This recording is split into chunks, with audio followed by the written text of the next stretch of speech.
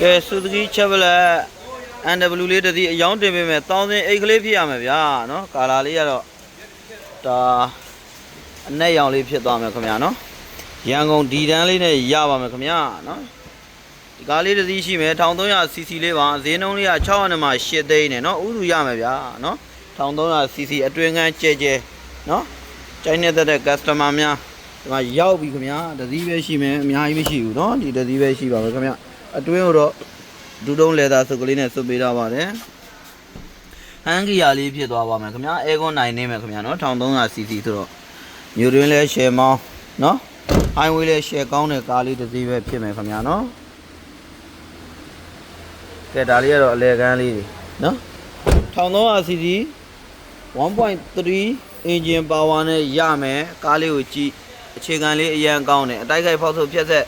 WRTA အတွက်ကတော့ကျွန်တော်တို့100ရာခိုင်နှုန်းအာမခံတယ်ဆိုတဲ့အကြောင်းနှုတ်တရစာတစ်လုံးဒါစာချုပ်ထဲမှာပါထည့်သွင်းရေးပေးထားတာဖြစ်သည့်အတွက်ဒါမိမိတို့အနေနဲ့ရုပ်စိတ်ချယုံကြည်စွာဝယ်ယူအားပေးနိုင်တယ်နော်အရေးကြငွေချမ်းအလဲထက်များလဲအဆင်ပြေပါတယ်ခင်ဗျာနော်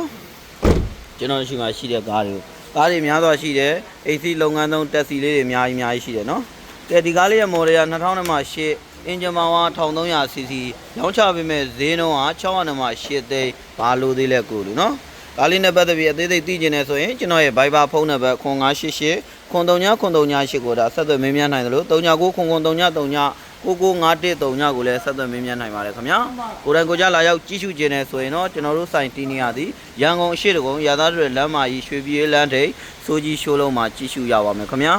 ဟုတ်ကျွန်တော်ကတော့ကိုချမ်းမှာနောက်ဗီဒီယိုမှာပြန်လဲဆုံတွေ့ကြပါမယ်အားလုံးပဲရှင်လန်းချမ်းမြေးကြပါစေခင်ဗျာ